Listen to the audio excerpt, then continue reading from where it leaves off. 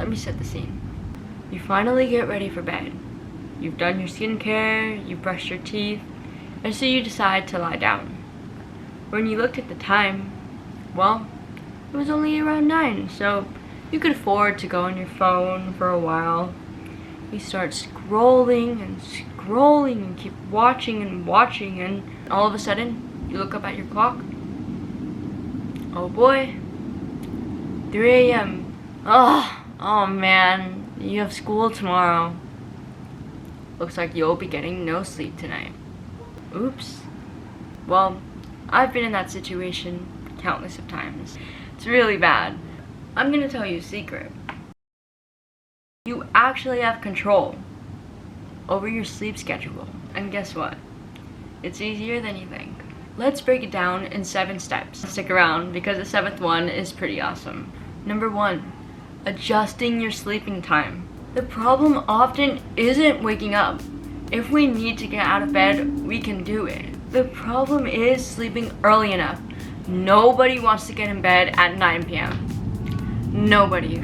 Okay, I guess there's some people, but you know, honestly, as a teenager, getting into bed at 9 p.m. does not sound appealing. I would rather stay up, but there's gotta be a balance between sleeping at 9 p.m. and sleeping at 3 a.m. You need to find what distracts you. And no, I am not kidding. I know it's your technology. Put that away, okay? I'm telling you. If you find that it's inevitable for you to keep scrolling, then remove the problem from the equation in the first place. If you put your phone across the room and get into bed, chances are you're gonna be too lazy to get up and get your phone. Can't sleep? Find workarounds. If you can take action instead of asking, why me? Why can't I sleep? Why is this a problem? Then you'll be saving yourself time and energy moving forward in the future. And you'll also be getting better sleep sooner rather than later. Why wait?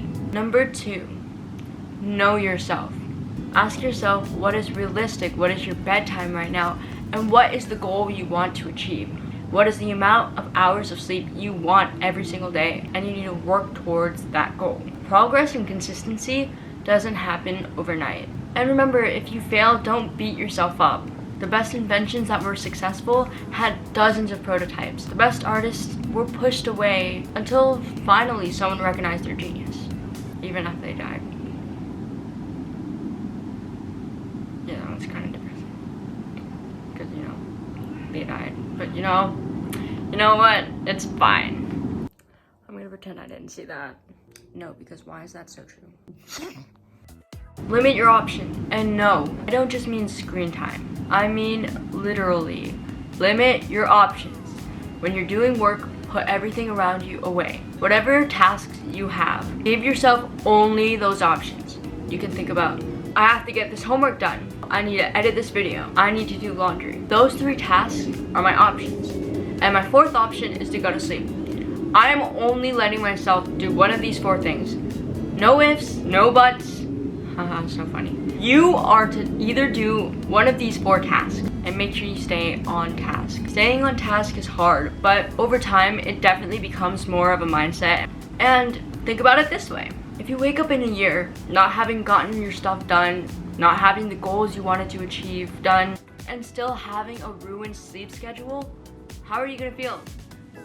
Because I'm pretty sure you'll feel like you got nowhere. Number 3.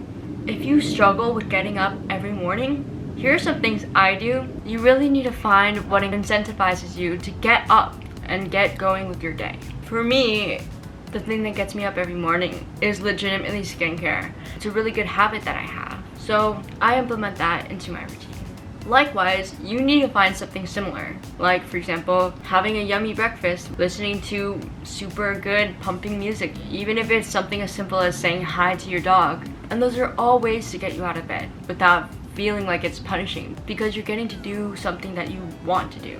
If you're getting out of bed just like, oh, I have to get out of bed, versus I'm getting out of bed and yeah, maybe I want to stay a little longer, but I'm gonna do my skincare and I'm gonna feel good and I'm gonna have good intentions for the day, that will be so much more motivating than just being like, I have to get up for school. You do want to get up and go to sleep at around the same time, even on weekends. Doesn't have to be perfect, I think your body's natural rhythms will just feel so much better if you're just getting up and going to sleep at a consistent time. Number 4, be efficient. Get your homework done at school. Get your workload off your shoulder, and do that in between classes, at lunch, study hall, etc. It's so stress relieving if you know that you are ahead of whatever workload you might have in the future. Especially if you're someone with multiple extracurriculars or activities, it could be really, really nice to just know that you have one less homework assignment, even if you don't finish all of them. For example, during my study hall, I often work on my math. Does that mean I finish all of my assignments? Oftentimes not.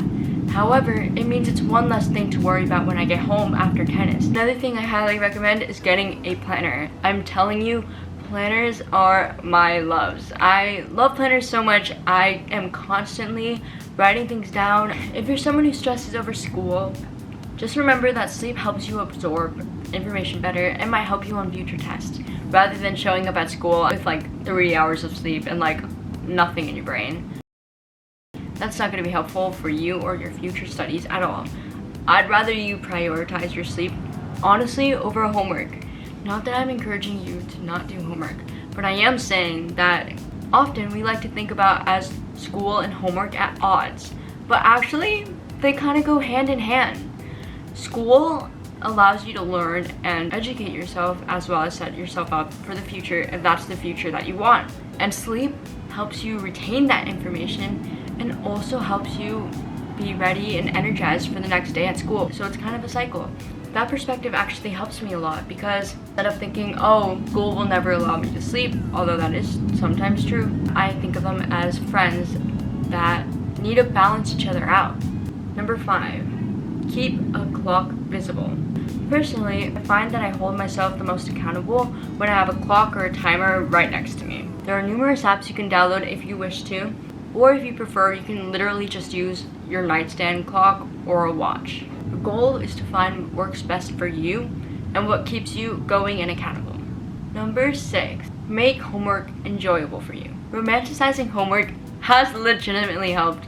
It sounds so insane, it sounds so stupid, but I'm telling you, once you do it, you might find yourself agreeing with me. What I like to do to romanticize doing homework: lighting a little candle, turning on the pretty lights in my room, get myself a delicious drink, putting on some music. No, because it's the way I was doing math the other day. I literally cried to Folklore. Taylor Swift has broken me. There's the truth. She breaks my heart, bro. Breaks my heart. We'll get back with the video. And once you've done all that, literally just sit down and start working. It sounds so hard when you're used to avoiding work and avoiding things until the last second, but it's really just as simple as typing that first word on an essay. Because once you do that, I guarantee you'll keep going. Also, make sure you work in a space that is comfortable and welcoming to you. You can't work in a room if it's cluttered or messy, because then you'll just get sidetracked. You'll probably feel super unmotivated. You could always clean your room or decorate it a little if that's what you're down for. Consider going to a library, a park, a friend's house, a cafe, anything that makes you feel like you're present, you're in the moment, and you're ready to work.